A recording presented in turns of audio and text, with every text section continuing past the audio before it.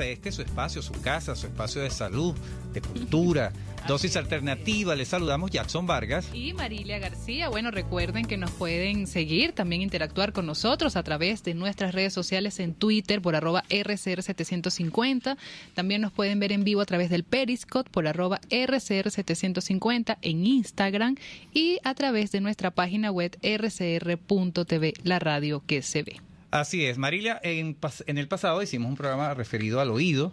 Sí, tocamos el tema del oído. La importancia del oído, cómo debemos cuidarlo. Todos esos detalles que esperamos le haya sido de provecho, la información que dejamos en ese programa haya sido bien atendida por las personas que de alguna manera u otra tienen afecciones en el oído. Pero hoy vamos a focalizarnos en las infecciones. ¿Cómo se producen? ¿Qué son las infecciones en el oído? ¿Cómo prevenirlas? ¿Cómo tratarlas? Para ello tenemos en la línea telefónica a Jorge Serrano, otorrino y médico adjunto del Instituto de Otorrinolaringología y Oftalmología de Caracas. Bienvenido, doctor.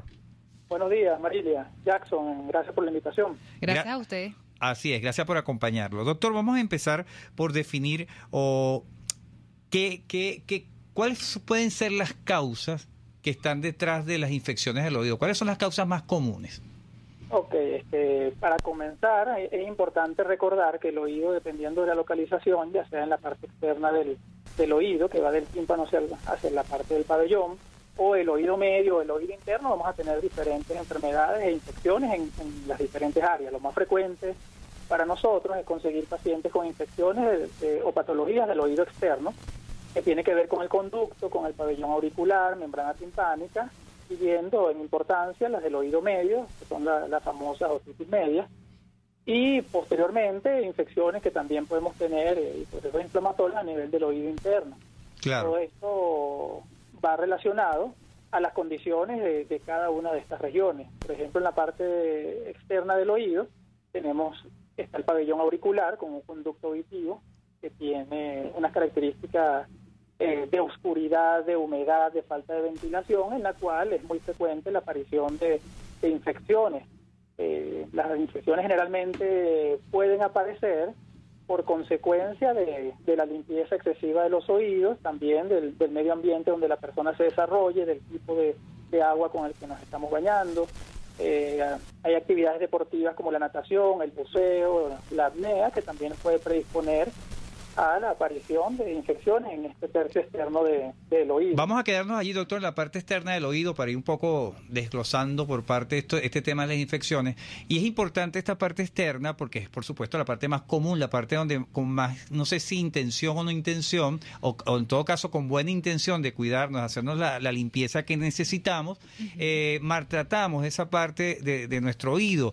Es un poco también la cultura que hemos tenido, por ejemplo, de usar estos palitos con algodón, desde pequeño, inclusive las madres hacen esa actividad con los niños. ¿Es esto erróneo? ¿Qué es lo correcto que se debe hacer allí? Ok, lo que ocurre normalmente es que ha habido un aprendizaje en cuanto a lo que debe ser la limpieza de los oídos y es un aprendizaje que tenemos desde que somos niños, como Así es. Muy bien lo menciona.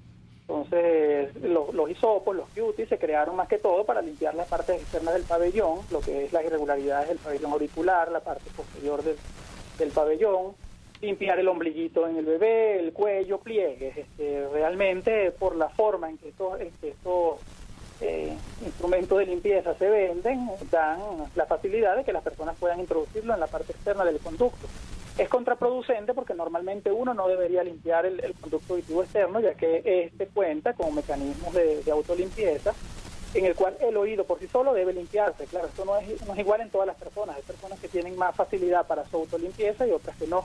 Pero realmente una de las cosas que nosotros los otorrinos hacemos hincapié es en evitar la limpieza del conducto auditivo externo, porque a veces se hace con hisopos, a veces se hace con cualquier instrumento que el paciente tenga a la mano, y realmente es una práctica en la cual debemos seguir educando para evitar. Claro, pero es que yo me quedo allí, o sea, tú ves una persona que tiene el oído sucio porque se le ve esa masa amarilla, eso es lo que llamamos cera, la cerilla.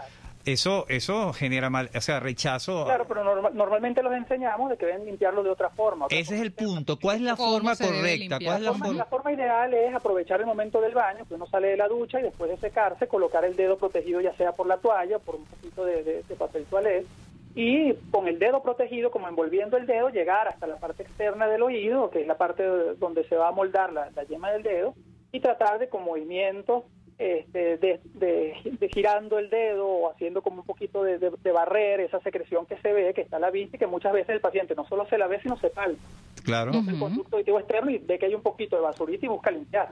O sea, aprovechamos que con el glúteo o con lo que tenga a la mano.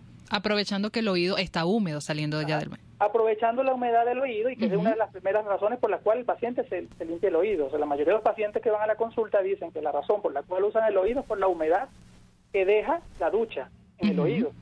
Y en ese es el momento en el cual nosotros aprovechamos para enseñarle al paciente que es el mejor momento de la mañana o el momento que se realiza el baño de colocar el dedo protegido y tratar de limpiar eso que está en la parte externa. Y es lo que generalmente se ve. Pero esto de colocar papel higiénico no es contraproducente, un poco porque... porque el papel no vas a hacer ningún tubito, ningún instrumento parecido al glúteo, simplemente es proteger el dedo. La gente lo hace con la toalla, pero la toalla se puede ensuciar. Claro, pero yo digo esto en el sentido que es un papel muy débil, de poca consistencia y pueden quedar residuos en el oído. No, uno generalmente lo pone abierto 2 o 4 cuadritos protegiendo el dedo y eso es difícil que se te vaya a romper y vayan a quedar pedazos dentro del oído. Pero generalmente uno busca que sea más compacto, toalla, que sea compacto. Algo más compacto, una toalla, un material un poquito más... con más...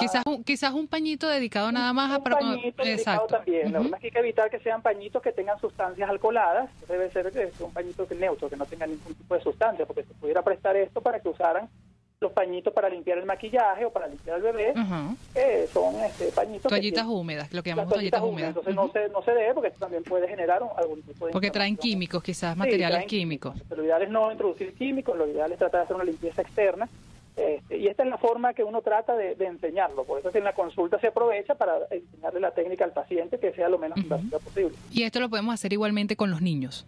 Con los niños también. La broma es que siempre que la mamá ve un material hay que tratar de enseñarla de que no debe introducir, porque el problema es que muchas veces el diámetro del hisopo es mayor al diámetro del conducto externo. Y esto tiende a que limpies un poquito, pero siempre vas a estar empujando. Y eso pasa a las diferentes edades. Así es. Retomando el tema de que estamos tocando hoy en dosis alternativa, que son las infecciones en los oídos, ¿cómo darnos cuenta, doctor? ¿Cuáles son esos síntomas que nos alarman de que hay una infección en nuestros oídos? Ok, lo primero es el dolor. El paciente va a tener alguna molestia, ya sea porque la percibe en el transcurso de la noche al estar acostado y del contacto del oído hacia la almohada. Generalmente es dolor, sensación de inflamación, el pabellón auricular puede estar doloroso a la palpación, se puede inflamar, el conducto auditivo externo se va hinchando y esto genera dolor porque incluso con la masticación, al momento de comer algún alimento, vamos a sentir que la articulación resiente un poquito sobre la parte externa del oído y eso genera molestia. Entonces, generalmente lo que hay es inflamación, dolor, en algunos casos puede haber secreción a través del oído, enrojecimiento de la parte externa del oído, y estos son los síntomas que generalmente se presentan y muchas veces asociados a sensación de sordera. Son muchas de las causas iniciales es que el paciente acude porque siente que escucha menos a través del oído y esa puede ser por acumulación de cera, por piquiña excesiva, por rascado, por limpieza excesiva, y todo esto puede generar un tipo de sordera con molestia posterior y es lo que hace el paciente acudir a la consulta. Así es, amigo. Lo importante es que siempre avise con los síntomas. Así es, amigos, estamos conversando con Jorge Serrano, otorrino y médico adjunto del Instituto de Otorrinolaringología y Oftalmología de Caracas. Estamos hablando sobre el tema de las infecciones en el oído. Doctor, en este momento vamos a tener que hacer la pausa para ir a publicidad y al regreso vamos a detallar más sobre una serie de incógnitas, una serie de preguntas que nos estamos haciendo aquí. En todo caso, es sobre qué influencia tiene la adecuada posición que asuma la madre a dar el alimento a sus hijos en la aparición de infecciones en los oídos de estos niños. Esa respuesta, por supuesto, nos las va a dar al regreso de la pausa. Vamos a publicidad. Volvemos en breve con más Dosis Alternativa. Porque en la gama de posibilidades, usted toma la decisión. Solo por RCR 750 AM y rcr.tv. Puede seguir nuestra programación a través de rcr.tv, la radio que se ve. ¿Quieres conocer de dónde provienen las repeticiones de experiencias en tu vida? Aprender a reconocer las emociones ocultas que te llevan a enfermarte. Francis Blanco, terapeuta especialista en bioneuroemoción, constelaciones familiares y análisis del transgeneracional, te tiene las respuestas a todas estas interrogantes. Contáctala en Instagram por @elhilodefrancis o en su correo electrónico elhilodefrancis@gmail o al 0424-111-1942. A la hora de comprar tus verduras, hortalizas y frutas frescas de primera calidad, hazlo en la Feria Santo Cristo de la Grita, donde consigues todo para tu hogar, luchería o restaurante y preparar exquisitos platos de la gastronomía nacional e internacional. Viernes y sábado en la urbanización Santa Mónica, avenida Francisco Pimentel, al lado de la Casa Comunal. Compra calidad y al mejor precio de Caracas. Gran Feria Santo Cristo de la Grita, economía y calidad. Desde los sectores populares del país se escucha una clara señal. Es el radar de los barrios. Evelyn Martínez y la Red de Ciudadanos le invitan a identificar amenazas, ubicar soluciones y hacer seguimiento eficiente a las problemáticas de cada sector. Un espacio contra la polarización donde se construye de abajo hacia arriba y de adentro hacia afuera. El radar de los barrios, de lunes a viernes, a partir de las 10 de la mañana, solo por RCR 750 AM. Les estamos presentando Dosis Alternativa con Marilia García y Jackson Vargas, solo por RCR 750 AM y RCR.tv, la radio que se ve. Amigos, estamos de regreso en Dosis Alternativa. Hoy estamos conociendo de qué se tratan las infecciones en los oídos. Para ello nos acompaña vía telefónica Jorge Serrano, otorrino y médico adjunto del Instituto de Otorrinolaringología y Oftalmología de Caracas. Doctor, en el segmento anterior les daba la pregunta. Hay una especie de mito o de no sé si será mito en todo caso.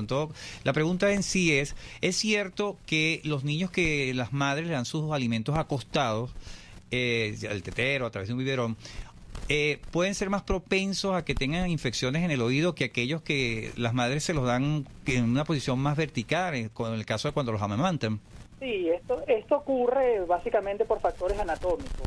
La trompa de Eustaquio viene siendo un conducto natural que comunica la nariz con el oído medio, con la caja timpánica, y es uno de los es el principal componente en la producción de este tipo de inflamación del oído medio por la alimentación del niño en posición acostada, porque resulta que la trompa de Eustaquio de los niños tiende a ser un poco más corta, más abierta, más horizontal que la del adulto, y esto genera que en algún momento que se esté alimentando, parte de los alimentos puedan subir a la parte posterior de la nariz y tener un conducto con unas características que hace más fácil la entrada de cualquier irritación o contaminación en los primeros segmentos de la trompa de Eustaquio, y más viendo la función de la trompa, que funciona como una válvula en la cual nos mete el aire del ambiente de mayor presión, que es la nariz, hacia el oído medio.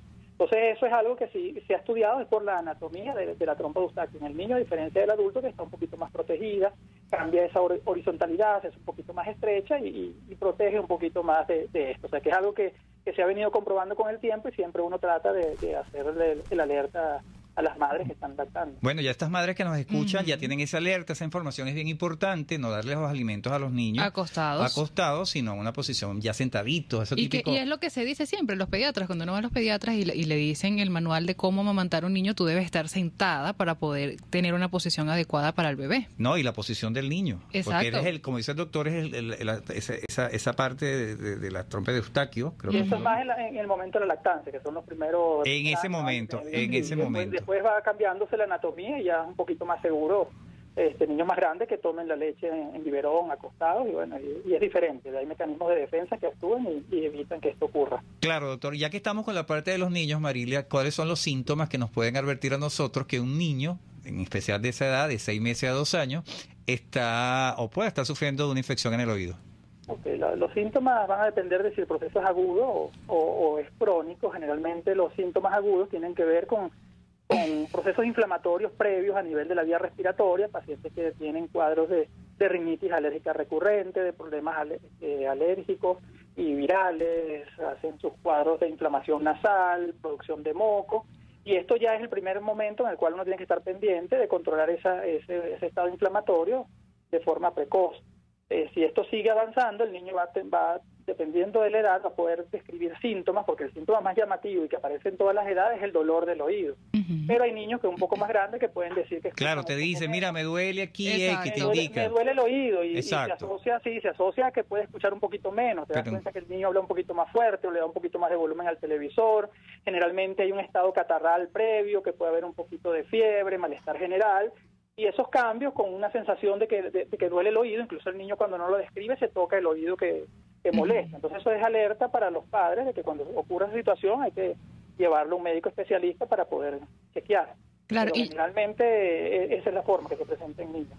Y cuando vemos a los niños, y también nosotros adultos nos ha pasado, que nos pica mucho el oído, que tenemos esa picazón, y usted lo mencionaba en uno de los síntomas, cuando hay infección, podemos decir que hay una infección allí, por lo menos en los niños que no saben decir, pues me duele el oído, niños menores de 1 año. Claro, la piquiña siempre es un síntoma de que el oído está enfermo. De hecho, uno lo ve muy frecuentemente, el rascado, y es algo habitual, es algo común, el paciente incluso siente un poco de placer al rascar, porque tiende a ser satisfactorio al principio, pero eso lo que nos habla a nosotros los especialistas es que puede haber un problema de resequedad del oído, de dermatitis, de inflamación incluso que empieza primero con piquiña, pueden haber síntomas alérgicos que se manifiestan en oído, nariz y garganta, y en el oído es con piquiña, pero siempre que un oído pica hay que evaluar, porque puede ser por las características de ese conducto como tal. Tenemos producción de cerumen, el cerumen no se produce igual en todas las personas, el cerumen es una sustancia protectora del oído, por exceso de limpieza lo quitamos no solo la protección que él da, sino la capa grasa de la piel, dejamos expuesto el oído al agua de la ducha, a restos de champú, y esto genera piquiña. Esa piquiña prolongada puede mantenerse en el tiempo, puede empezar a cambiar un poco, en el cual produce un líquido claro que se produce en la parte externa del oído, que es otra razón más para que el paciente busque limpiarse, busque secarse, busque introducirse algo porque tiene humedad. Muchas veces aquí el único síntoma es piquiña y humedad en el oído. Y esto va progresando, hay descamación en el oído, puede cambiar el tipo de coloración, de lo que está saliendo se pone más amarillento, más purulento, se puede cerrar el oído, viene el dolor, o sea, es una cascada de eventos que empieza con la piquiña. Con el rascado. Entonces eso hay que evaluarlo porque un rascado en el oído no es normal. O sea, a veces es por exceso de cera que se seca, a veces es por defecto porque falta cera y falta tener su barrera protectora que cumple cuya misión cumple el cerumen. Claro. Es importante ese punto, porque vemos los niños y hasta nosotros mismos nos podemos. Es muy frecuente, la gente está en el banco y se está rascando el oído. Se meten las uñas en el oído. Y cuando te acercas te das cuenta que hay una descamación, hay una inflamación, puede haber un enrojecimiento. Y estos son síntomas que hasta que no dan esa manifestación de que te da pena salir a un sitio porque te ves el oído inflamado o con secreción, es que la persona realmente acude. Pero es muy frecuente la piquiña del oído y son por estos factores. Y ahí, continuando con este tipo de actuaciones que no sé si son buenas o son malas de las personas, o uno de las personas cuando tiene piquiña, escozor en el oído, se rasca o siente de repente que tiene el oído tapado. Hay personas que acuden a usar el agua oxigenada. Sí, lo ideal es no colocar nada, pero en la práctica es como te digo de la idiosincrasia, del aprendizaje. No solo agua oxigenada, alcohol se coloca a la gente, o se coloca leche materna, se colocan miles de cosas que uno escucha en la consulta buscando aliviar. ¿Pero eso es contraproducente o no? Es contraproducente, no se debe colocar ningún tipo de químico, el agua oxigenada es un químico, el alcohol es un químico, y esto siempre va a agravar lo que es la sensación de piquiña. Aquí al menor síntoma que persiste por más de una semana, siempre es bueno acudir con el especialista, y más si se le asocia cualquier signo de dolor, de inflamación, de supuración.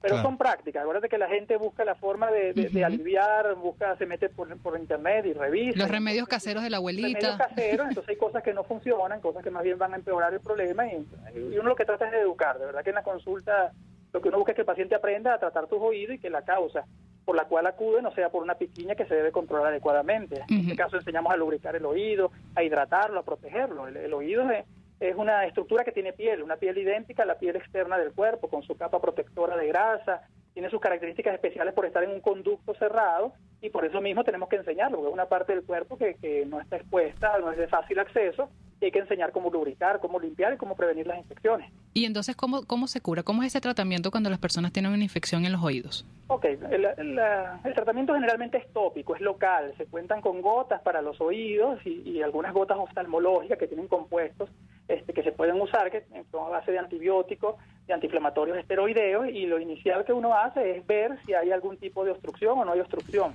Si hay cerumen seco que esté descamando con restos de piel del oído, y todo esto se procede a una limpieza, se limpia el oído, con las diferentes formas que tenemos los especialistas de hacerlo, y posteriormente a esto, si es solo inflamación con piquiña, con unas gotas tópicas locales es suficiente, agregando un poquito de antialérgico tomado para ayudar a lo que es el síntoma de la piquiña.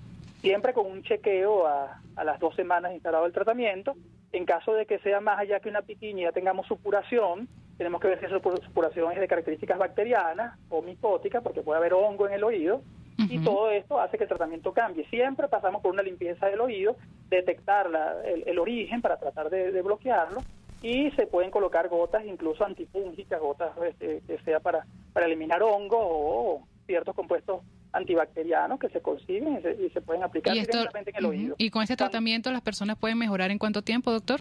Mejoran si es algo entre leve a moderado, con secreción, se aspira el oído, se colocan las gotas, generalmente se hace una revisión a la semana, y posiblemente estamos hablando que de 2 a 3 semanas el proceso se soluciona, pero como cada paciente puede tener características diferentes, hay otitis externas que pueden ser muy, muy molestosas y necesitan más atención del médico. Bueno. También pasamos a la parte de la antibioticoterapia oral, y entonces muchas veces son combinados cuando vemos ya que la inflamación es mucho más severa, que hay una obstrucción severa del conducto, que agarra incluso las partes del cartílago externo. Entonces, dependiendo de eso, tenemos una gama de medicamentos que se pueden usar y son de muy buen resultado. Bueno, nos dejan esas partes positivas, esos tips positivos, esas informaciones. Que lo importante es la prevención. La prevención. Bueno, le damos las gracias al doctor José Serrano, otorrino y médico adjunto del Instituto de Otorrinolaringología y Oftalmología de Caracas. Doctor, antes de despedirse, sus puntos de contacto, sus redes sociales. Por Instagram, @jserranoRL, y en la consulta directamente del Instituto de Otorrino al 551-1219. Así es, bueno, gracias con el doctor Jorge Serrano Otorrino por hoy habernos dado muchos consejos y muchos tips de cómo debemos cuidar nuestro oído. Ya saben, no pueden estar introduciéndose palitos, sobre todo a los niños. Cómo limpiar el oído después que usted se bañe con una toallita o con papel protegiendo el dedo. Papel higiénico, bien compactado. Y el caso de químicos, y el caso de los niños, esa información también que es para mí bien importante, no darle alimentos, no darle su tetero, acostado por la formación nasal que ellos tienen allí, que no se ha formado, está en desarrollo, y entonces, bueno, esos datos son bien importantes, sobre todo para las madres primerizas. Bien, amigos, trabajamos para ustedes en la Dirección General de la Estación, Jaime Nestares. En la Gerencia de Producción, Ulixa Arcaya. En los controles, César Arteaga. Recuerden que pueden seguir interactuando con nosotros a través de nuestras redes sociales en Twitter por @RCR750 y sintonizarnos en vivo a través de nuestra página web rcr.tv, la radio que se ve. Les invitamos a que continúen ahora con el Radar de los Barrios. Hasta aquí, esta emisión de Dosis Alternativa. Nosotros le proporcionamos el abanico de posibilidades. Ustedes toman la decisión. Solo por RCR 750 AM y RCR.tv, la radio que se ve. RCR presentó Dosis Alternativa, una producción nacional independiente de Marilia García, certificado número 30.260, para dar cumplimiento a la obligación impuesta por el artículo 14 de la Ley de Responsabilidad Social.